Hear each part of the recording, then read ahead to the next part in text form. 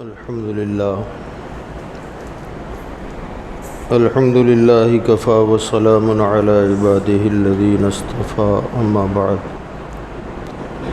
فأعوذ بالله من الشيطان الرجيم بسم الله الرحمن الرحيم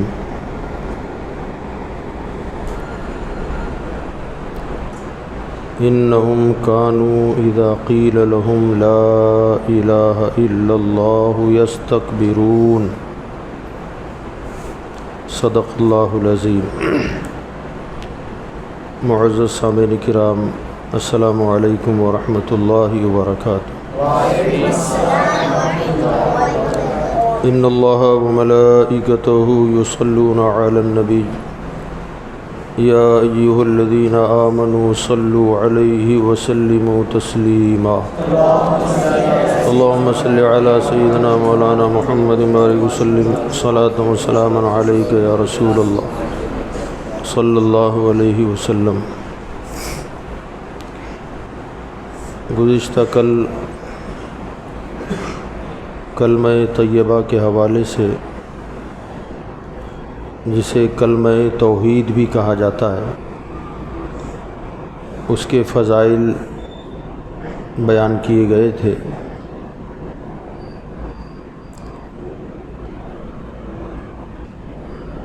اسلام میں داخل ہونے کے لیے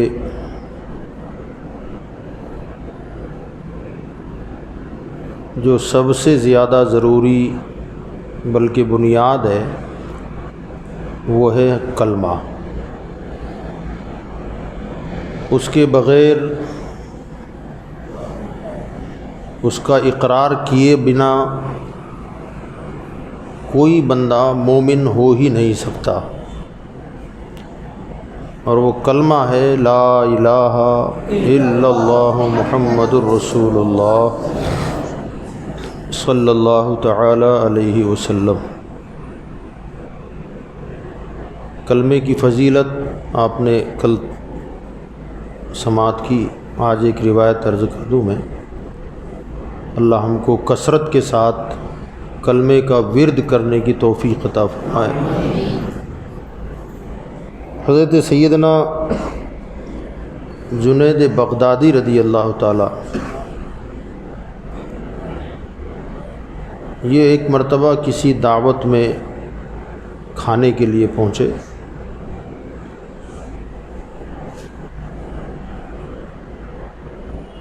تو ان مہمانوں میں ایک نوجوان لڑکا بھی تھا، جس کے بارے میں مشہور تھا کہ یہ لڑکا صاحب کشف ہے۔ صاحب کشف کا مطلب یہ ہوتا ہے کہ باطنی چیزیں، غیب کی چیزیں اس لڑکے کو معلوم ہو جاتی ہیں، اور یہ بات حضرت جنید نے بھی سنی تھی کہ یہ لڑکا صاحب کشف ہے۔ جب کھانا شروع ہوا تو کھانے کے بیچ میں وہ لڑکا رونے لگ گیا۔ تو حضرت سیدنا جنید رضی اللہ تعالیٰ عنہ نے پوچھا کہ کیوں رو رہا ہے؟ تو وہ کہنے لگا کہ میں نے ابھی دیکھا کہ میرے والد پر عذاب ہو رہا ہے۔ تو حضرت جنید فرماتے ہیں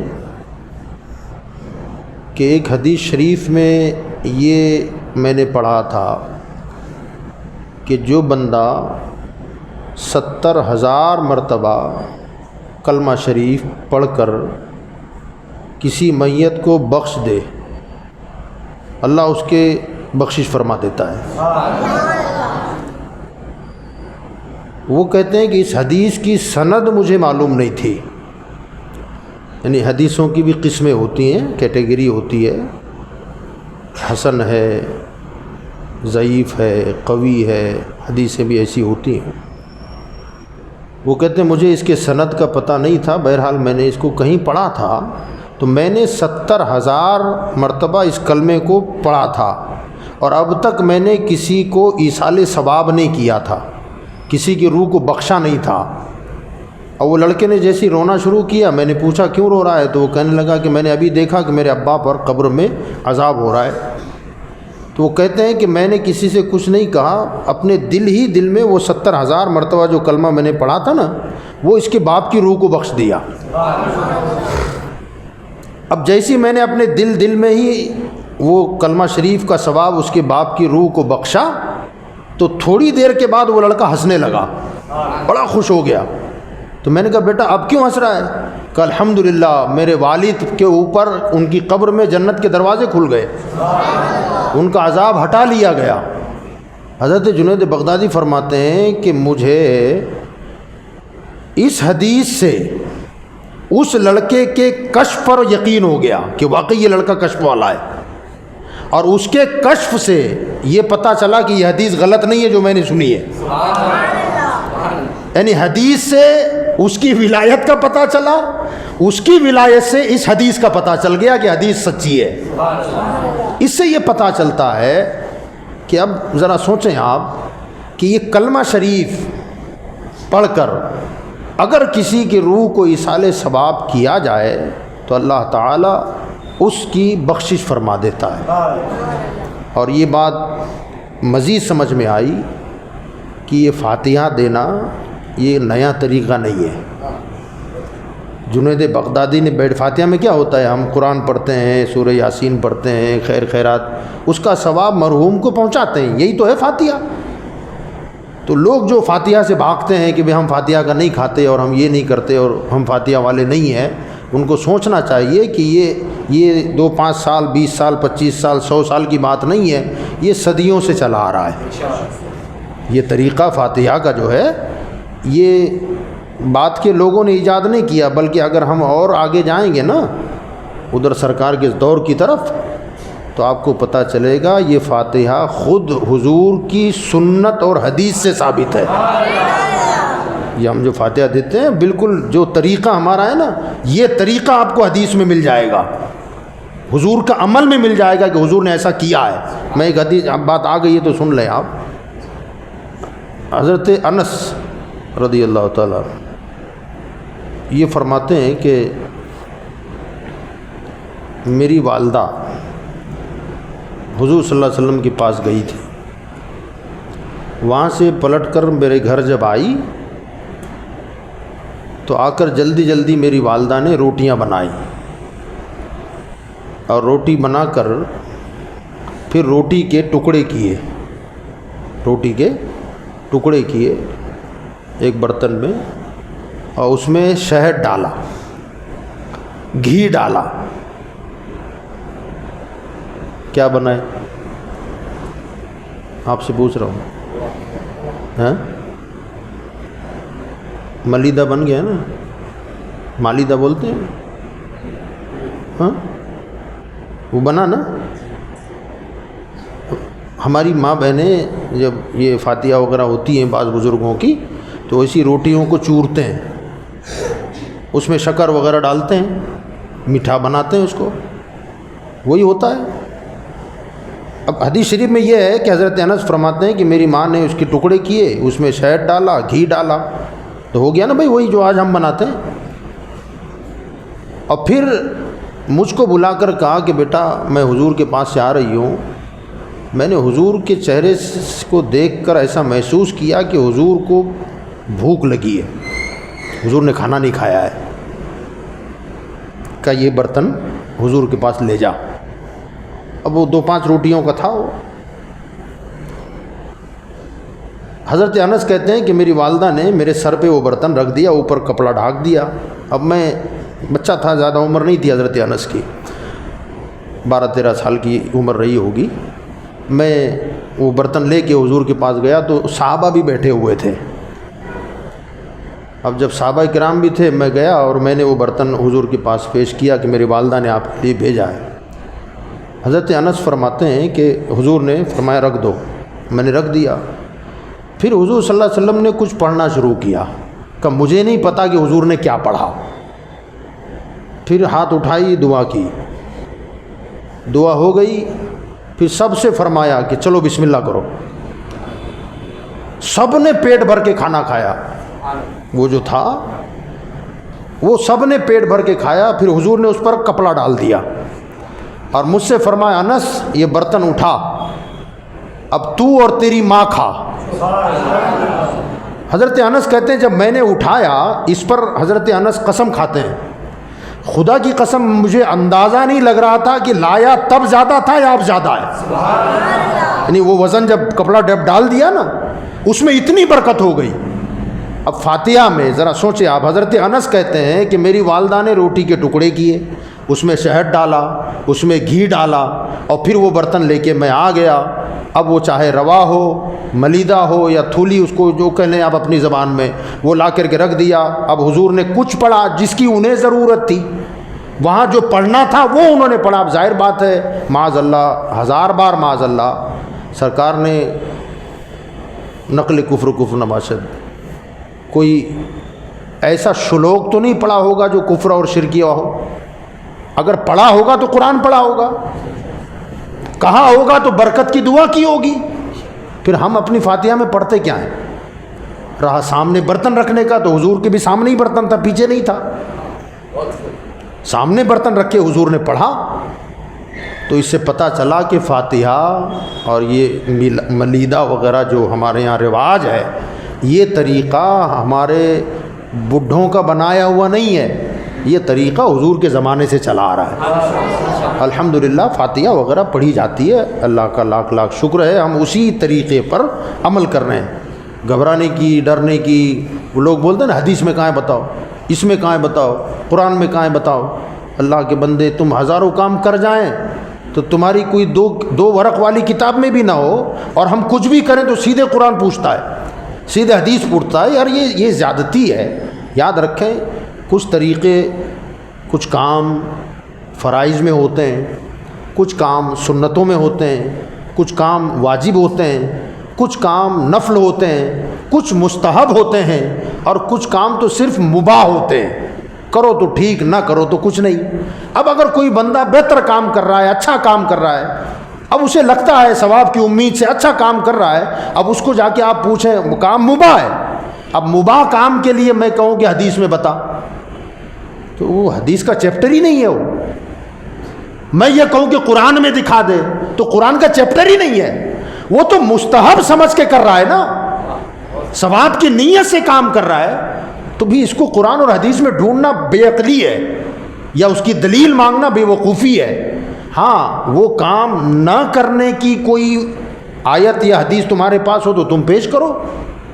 یاد رکھیے گا، کسی کام کے کرنے کے لیے دلیل کی ضرورت نہیں ہوتی، کسی کام کو روکنے کے لیے دلیل کی ضرورت پڑتی ہے۔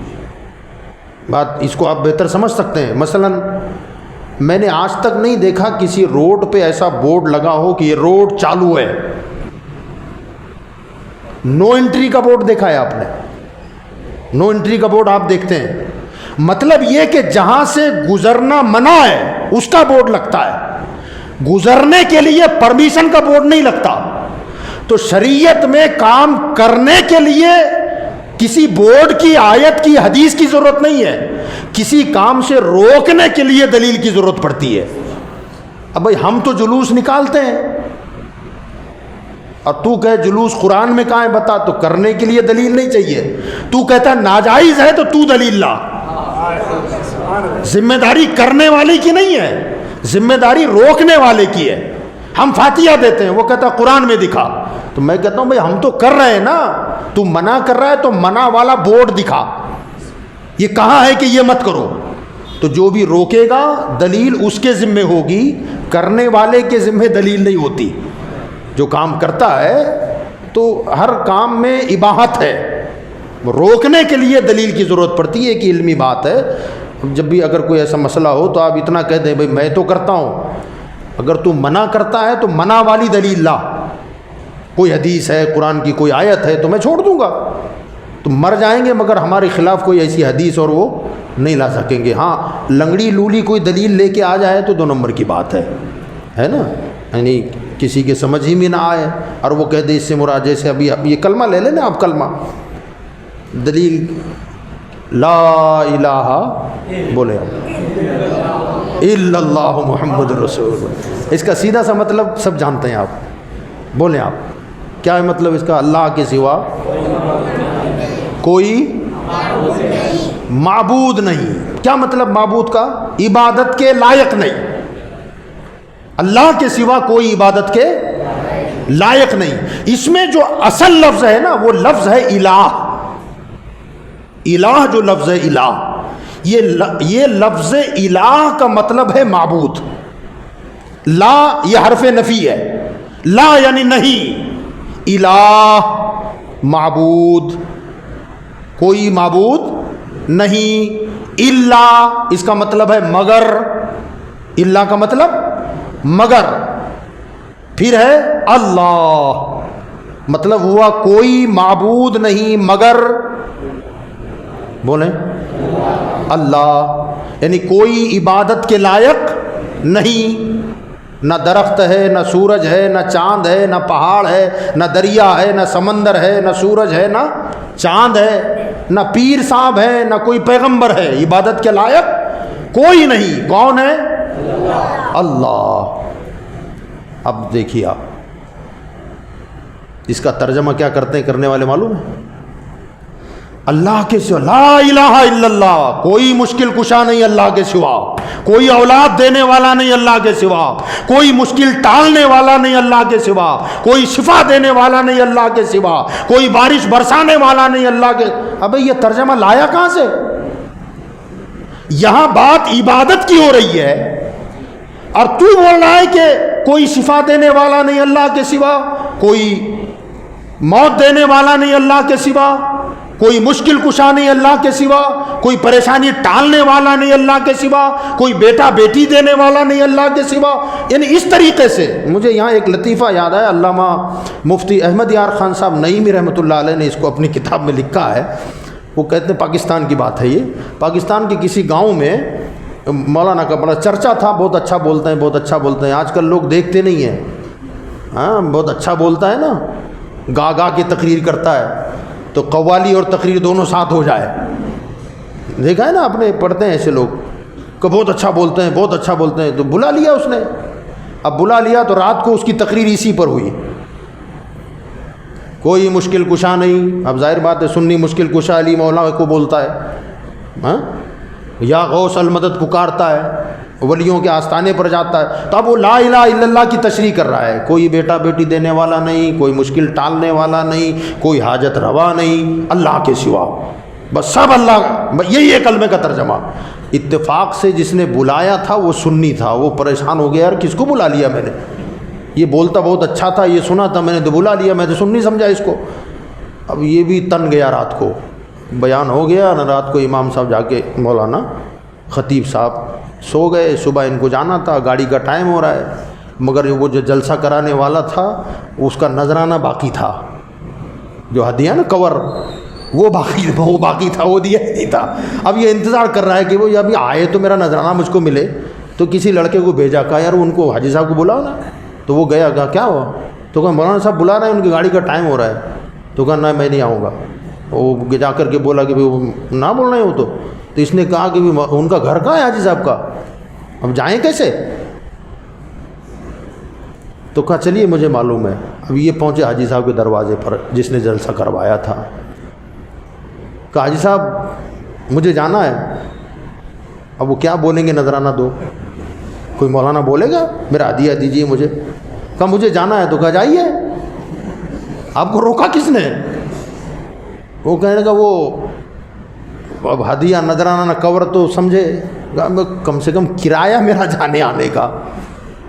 ارے کہ مولانا رات کا بیان بھول گیا آپ. کوئی بیماری ٹالنے والا نہیں مگر اللہ، کوئی مشکل ٹالنے والا نہیں مگر اللہ، تو کوئی کرایہ دینے والا نہیں مگر اللہ، کوئی ہدیہ دینے والا نہیں مگر اللہ، کوئی نذرانہ دینے والا نہیں مگر اللہ. کا رات کو توحید کا بیان، صبح شرک کر رہے ہو، مجھ سے مانگ رہے ہو، جاؤ مسجد میں اللہ سے مانگو. اب ذرا سوچیے، جب ایسا ترجمہ ہوتا ہے نا تو ایسی درگت بنتی ہے. تو مطلب یہ ہے لا الہ الا اللہ کہ اللہ کے سوا کوئی عبادت کے لائق نہیں، کوئی عبادت کے لائق نہیں ہے. مگر اس کا ترجمہ اس طریقے سے، یعنی جو کام ہم ولیوں کی طرف کرتے ہیں نا وہ سارے کام کلمے میں ڈال دیتا ہے. بھئی یہ کلمے کی مخالفت ہو رہی ہے، کلمے کی مخالفت ہو رہی ہے. تو بھئی ہم کسی ولی کو معبود نہیں سمجھتے، کسی غوث قطب کو ہم عبادت کے لائق نہیں سمجھتے. حد یہ ہے کہ کسی نبی کو، نبی کیا امام الانبیاء کو بھی ہم سجدے کے لائق نہیں سمجھتے. ہم حضور کو سجدہ کرتے ہیں؟ نہ، سجدہ تو ہم صرف اللہ کو کرتے ہیں. تو عبادت کے لائق صرف اللہ ہے، اور اسے الہ کہتے ہیں، الہ. تو الہ ہونے کے لیے کیا شرط ہے؟ غیب جاننا شرط ہے، مشکل کشا ہونا شرط ہے، تصرف کرنا شرط ہے؟ نہ، یہ ساری شرطیں ہیں ہی نہیں اس میں. اگر یہ شرطیں ہوتی تو انشاءاللہ اللہ توفیق دے گا تو انشاءاللہ میں اس کو قرآن سے بتاؤں کہ اگر غیب جاننا جو جانتا ہے وہی عبادت کے لائق ہے، تو قرآن میں آپ کو کئی ایسے لوگ ملیں گے جو غیب جانتے ہیں. قرآن میں اگر مشکل کشا ہونا یہ معبود ہونے کی شرط ہوتی، عبادت کے لائق وہی ذات ہو جو مشکل کشا ہو، تو مشکلیں تو ہم اور آپ بھی ٹال دیتے ہیں. نہیں ٹالتے؟ مشکلیں ٹلتی ہے نا، قرآن میں بھی ہے. اندھا ہونا مشکل ہے کہ نہیں؟ کوئی آدمی اندھا ہو جائے تو چھوٹی مشکل ہے؟ بڑی پریشانی ہے. قرآن پاک میں ہے کہ حضرت یعقوب علیہ السلام نابینا ہو گئے، اور نابینا جب ہوئے، حضرت یوسف علیہ السلام مصر میں تھے، یعقوب علیہ السلام کنعان میں تھے. ان کے بیٹے جب مصر گئے تو حضرت یعقوب علیہ السلام کو انہوں نے یوسف علیہ السلام کو پہچان لیا کہ یہ ہمارے وہی بھائی ہیں جن کو ہم نے کنویں میں دھکا دے دیا تھا، آج اللہ نے ان کو بادشاہ بنا دیا. تو حضرت یوسف علیہ السلام کو انہوں نے جب پہچانا تو ڈر گئے کہ اب یہ ہم سے بدلہ لیں گے، پھانسی پہ لٹکا دیں گے، اب تو بادشاہ ہیں. تو حضرت یوسف علیہ السلام نے ان سے کہا کہ میں نے تم کو معاف کر دیا ہے، جو باتیں ہو گئیں اسے بھول جاؤ، بدلہ لینا میری شان نہیں ہے، بس مجھے یہ بتاؤ کہ میرے ابا کیسے ہیں، ابا جان کا حال کیا ہے. تو ان کے بھائیوں نے جو کہا تھا قرآن میں، وَابْيَضَّتْ عَيْنَاهُ مِنَ الْحُزْنِ فَهُوَ كَظِيمٌ، اے یوسف جب سے تم ان سے جدا ہوئے ہو تمہارے غم میں رو رو کر ان کی بینائی چلی گئی. یعنی بینائی گئی مطلب نابینا ہو گئے، اندھے ہو گئے. اب کیا کرنا ہے؟ حضرت یوسف علیہ السلام نے کیا کہا تھا؟ کہا نابینا ہو گئے. کہاں؟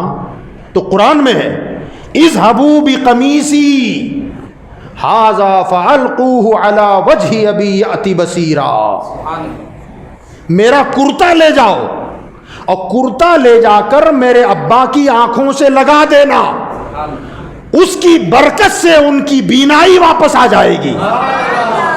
یہ قرآن میں.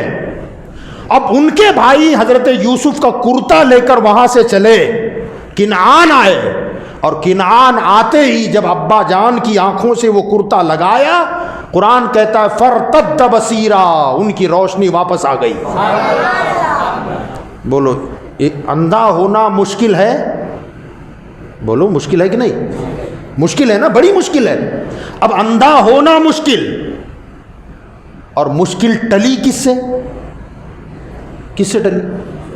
جی کرتے سے. یوسف علیہ السلام سے نہیں، کیونکہ یوسف تو مصر میں ہے، ان کے کرتے سے ٹلی. مشکل تھی، ٹلی کرتے سے. تو یہاں تو یہ کرتا مشکل ٹال رہا ہے، یہ کرتا مشکل ٹال رہا ہے. اب سوال یہاں یہ ہے کہ آخر یہ کرتا اتنا باکمال کیسا تھا؟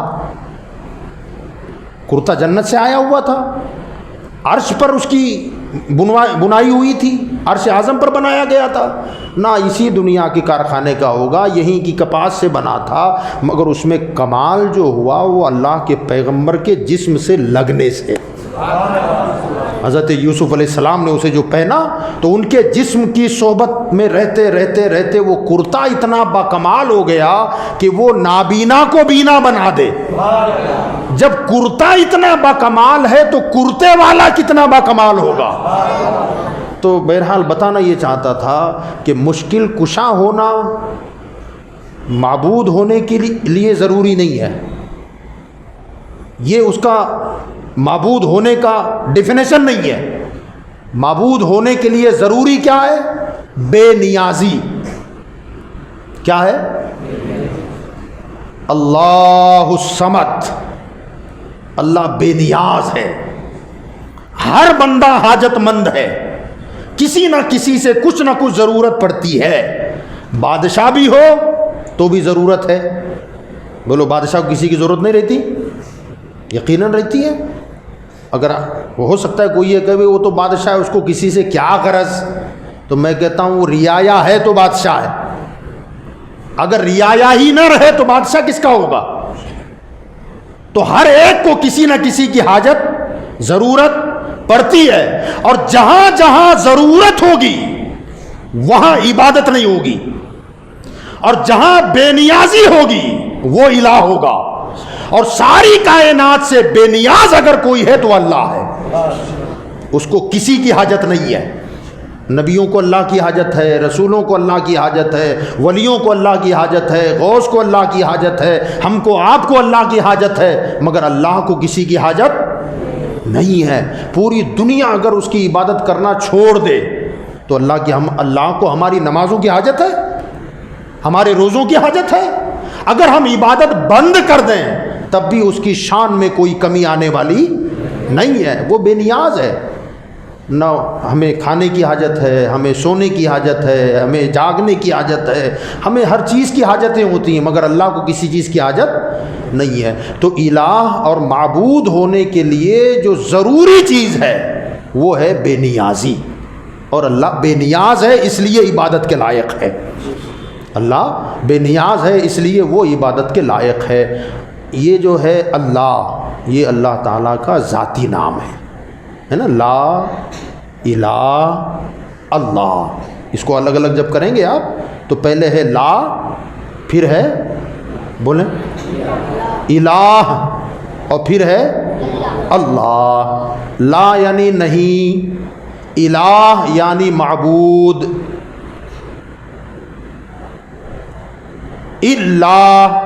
اللہ سے پہلے کون سا لفظ ہے؟ اللہ ہے، اور پھر ہے بولیں لا الہ الا اللہ.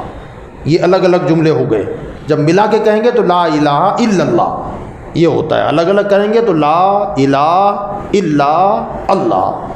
تو لا یعنی بولیں، یاد رکھنا ہے اس کو، یعنی اس موضوع کو میں نے اٹھایا اس لیے خاص طور سے، یہ تو بیچ میں کچھ ضمناً باتیں آ گئی تھیں تو میں نے بتا دی آپ کو. اس کو یاد رکھنا ہے، کلمہ فاؤنڈیشن ہے، اور ہم کو اس کے بارے میں کچھ پتہ نہیں ہے. کتنے لوگ ہیں پڑھ لیا کلمہ پڑھ لیا، مسلمان کے گھر میں پیدا ہو گئے، مدرسے میں پڑھاتے ہیں 5 کلمے، بس چھٹی ہو گئی. بعد میں کبھی خاص طور سے کلمہ پڑھنے کی توفیق ہوتی ہے ہم کو.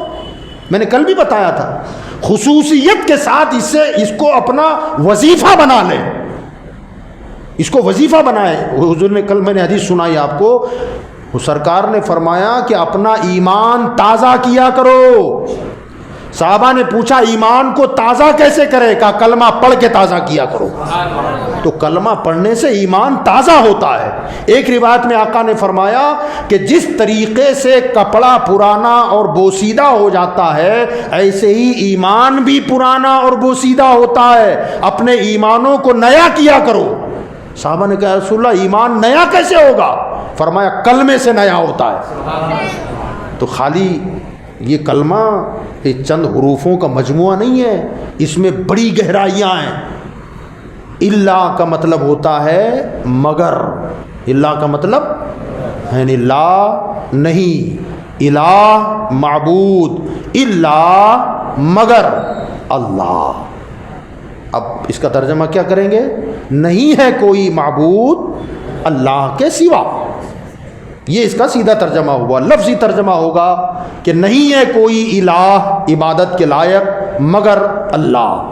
کوئی نہیں ہے مگر اللہ ہے، کوئی نہیں ہے مگر اللہ ہے. اب یہ جو اللہ ہے نا، اللہ یہ اللہ کا ذاتی نام ہے. باقی جتنے نام ہیں اللہ کے، جتنے بھی نام ہیں، ستار ہے، غفار ہے، رحمان ہے، رحیم ہے، غفور ہے، رزاق ہے، یہ سارے نام صفاتی ہیں. کون سے نام ہیں؟ صفاتی نام ہے. یہ نام صفتوں کی وجہ سے ہیں، اور اللہ جو ہے یہ اس کا ذاتی نام ہے. ذاتی نام یہ ہے. اب وہ جو صفاتی نام ہیں ہمارے آپ کے بھی ہوتے ہیں صفاتی نام. صفاتی جیسے ہمارا نام ذاکر رضا ہے، اب ذاکر رضا نام ہمارا اوریجنل ہے، لیکن ہمارے ماں باپ نے ہم کو پڑھا دیا تو ہم مولانا ہو گئے، مولانا ہو گئے. تو اب ذاکر رضا نہیں، مولانا ذاکر رضا. تو یہ مولانا کون ہے؟ یہ ہمارا ہی نام ہے مگر صفاتی ہے. اب جہاں جہاں علم ہوگا وہاں وہاں مولانا لگے گا، مگر ذاکر میرے ساتھ ہی رہے گا. اب مولانا بننے کے ساتھ ساتھ ہم ڈاکٹر صاحب بھی بن گئے، تو اب ڈاکٹر بھی نام میں لگے گا. اب ڈاکٹر میری صفت ہے، مولانا ہے تو یہ میری صفت ہے. اگر قرآن کے حافظ بھی ہیں تو حافظ صاحب بھی ہو گئے، قاری بھی ہیں تو قاری صاحب بھی ہو گئے. تو یہ جتنی جتنی صفتیں بڑھتی جائے گی اتنے اتنے صفاتی نام بڑھتے چلے جائیں گے. تو اللہ تعالیٰ کے جو نام ہے نا ستار، اس کی صفت ہے اپنے بندوں کے عیبوں کو چھپاتا ہے، جلدی اوپن نہیں ہونے دیتا، چھپا کے رکھتا ہے. وہ کہتا ہے میرا کام ہے میرے بندوں کے عیبوں پر پردہ ڈالنا. وہ پردہ ڈالتا ہے، عیبوں کو چھپاتا ہے، اس لیے کہتے ہیں وہ ستار ہے. وہ غفار بھی ہے. تو غفار کا مطلب کیا؟ کہ بخشنے والا. کہ چاہے جتنا گنہگار ہو سچے دل سے میری طرف لو لگا کے کہہ دے کہ مولا مجھے معاف کر، تو میں اسے معاف کر دیتا ہوں. تڑپ کے ساتھ کہہ دے، معافی مانگ لے، تو اللہ اسے معاف کر دیتا ہے. اس لیے وہ غفار ہے. وہ رزاق بھی ہے. تو رزاق کیوں ہے؟ کہ سب کو روزی دیتا ہوں اس لیے رزاق ہوں. تو یہ صفتیں ہیں. یہ سارے نام رحمان، رحیم، ستار، غفار، کریم، یہ سب صفاتی نام ہیں، مگر اللہ اس کا ذاتی نام ہے. اللہ اس کا ذاتی نام. یہی وجہ ہے آپ نے رحمان نام کے بہت لوگ سنے ہوں گے. عبد الرحیم ہے، کریم ہے، ستار ہیں، غفار ہیں، یہ نام. مگر کسی بندے کا نام اللہ دیکھا ہے آپ نے؟ ہاں نہ، کسی کا نہیں. اور یہ نفس، یہ نام کوئی رکھ بھی نہیں سکتا. ہاں یہ نام کوئی نہیں رکھ سکتا. خالی رحمان، عبد الرحیم یہ نام ہیں اور پکارے بھی جاتے ہیں. علماء نے فرمایا کہ ان ناموں کو عبد کے ساتھ پکارا جائے، عبد کے ساتھ پکارا جائے. ہاں نام عبداللہ ہے. اب یہ بات آپ کے سمجھنے کی ہے، وہ یہ کہ جس کا نام رحمان ہے اس کا نام بھی عبد الرحمان ہے. جس کا نام رحیم ہے وہ نام رحیم نہیں ہے، اس کا اصل نام عبد الرحیم ہے. جس کا کریم نام رکھا گیا نام کریم ہے، عبد الکریم نام ہے. مگر عموماً لوگ کیا پکارتے ہیں؟ رحمان، کریم، غفار، ستار. ایسے ہی ناموں میں عبداللہ بھی تو ہے، مگر کسی عبداللہ کا عبد ہٹا کر کبھی پکارا کسی نے؟ جی آپ کے محلے میں بھی ہوں گے عبداللہ، عبد الرحمان بھی ہوں گے. بھائی رحمان بھی اس کا نام ہے اور اللہ بھی اسی کا نام ہے. تو یہاں عبد الرحمان کا عبد چھوڑ کر رحمان تو پکار لیا، مگر عبداللہ کا عبد ہٹا کر کوئی اسے اللہ نہیں کہتا، کیونکہ ان پڑھ سے ان پڑھ بھی جانتا ہے کہ اللہ وہی ہے. رحمان، رحم کرنے والی صفتیں آپ میں بھی ہو سکتی ہیں، کرم کرنے والی صفت آپ میں بھی ہو سکتی ہے. ہاں لوگوں کے عیبوں پر پردہ ڈالنے کی صفت بندوں میں بھی ہوتی ہے، مگر اللہ یہ صرف وہ ہے. اللہ صرف وہی ہے جو ہمارا رب ہے. تو اللہ جو ہے یہ رب کا اسم جلالت ہے، اور اسی کو صوفیہ نے بھی فرمایا، علماء نے بھی فرمایا کہ اسم اعظم بھی یہی ہے. اسم اعظم جس کو کہتے ہیں نا صوفیہ کی لینگویج میں، اسم اعظم بھی یہی اسم جلالت اللہ ہے. اللہ اسم جلالت ہے. اور یہ لفظ اللہ ہو گیا ٹائم 11 بجے.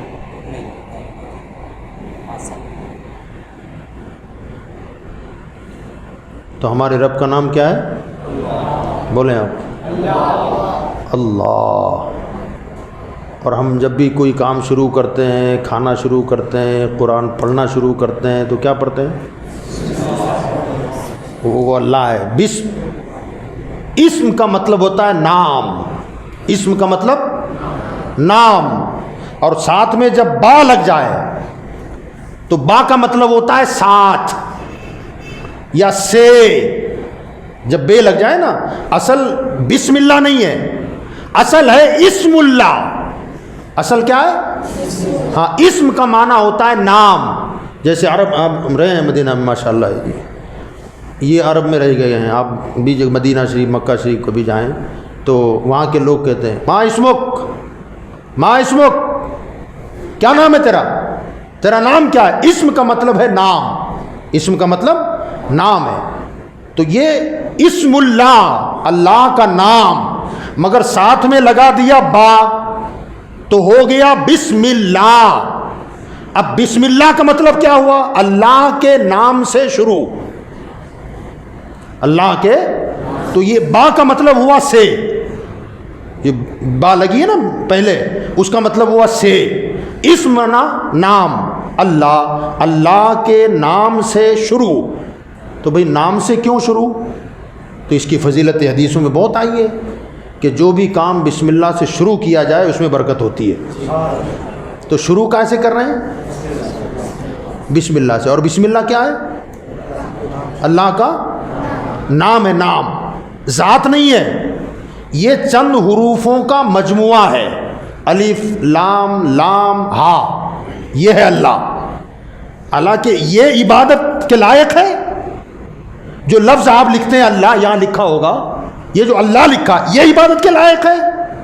نہیں، یہ تو تحریر ہے، یہ اللہ نہیں ہے، یہ اللہ کا نام ہے، یہ اللہ کا نام ہے. یہ عبادت کے لائق نہیں، یہ چند حروف کا مجموعہ ہے. الف لکھا، لام لکھا، لام لکھا، ہا لکھا، ہو گیا اللہ. مگر آقا کہتے ہیں اس سے شروع تو برکت ہوگی.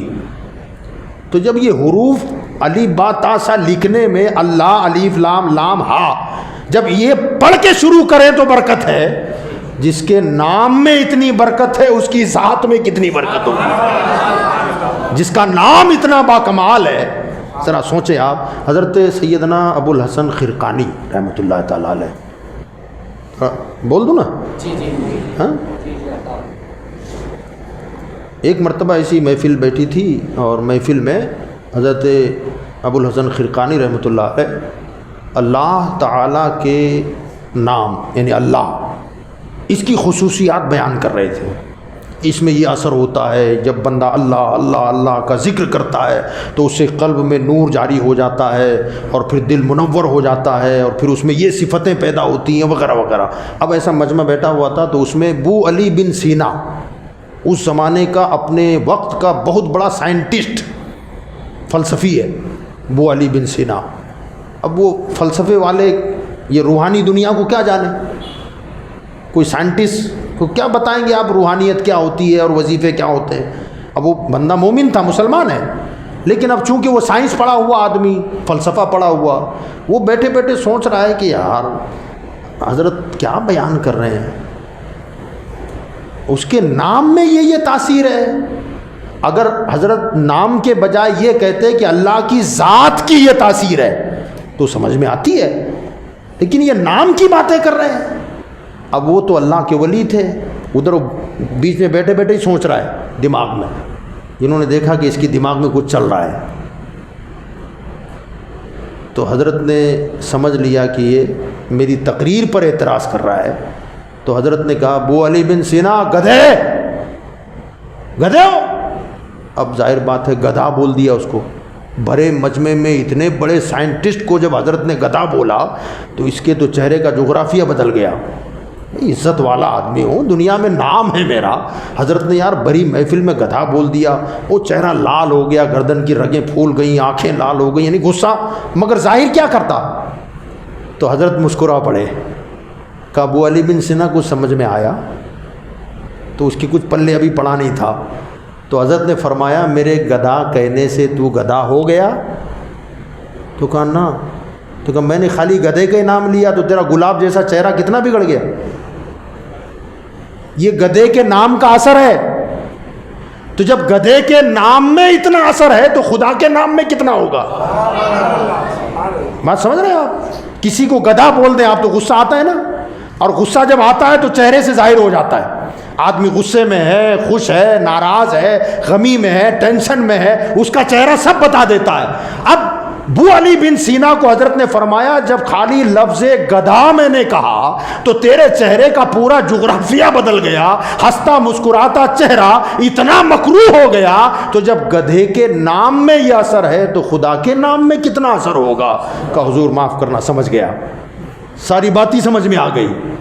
تو بہرحال لا الہ الا اللہ، اللہ کے سوا کوئی معبود نہیں، عبادت کے لائق نہیں۔ اگلی باتیں انشاءاللہ کل عرض کی جائے گی، اسی ٹاپک پر ہم کل بھی بولیں گے۔ وما علینا الا البلاغ۔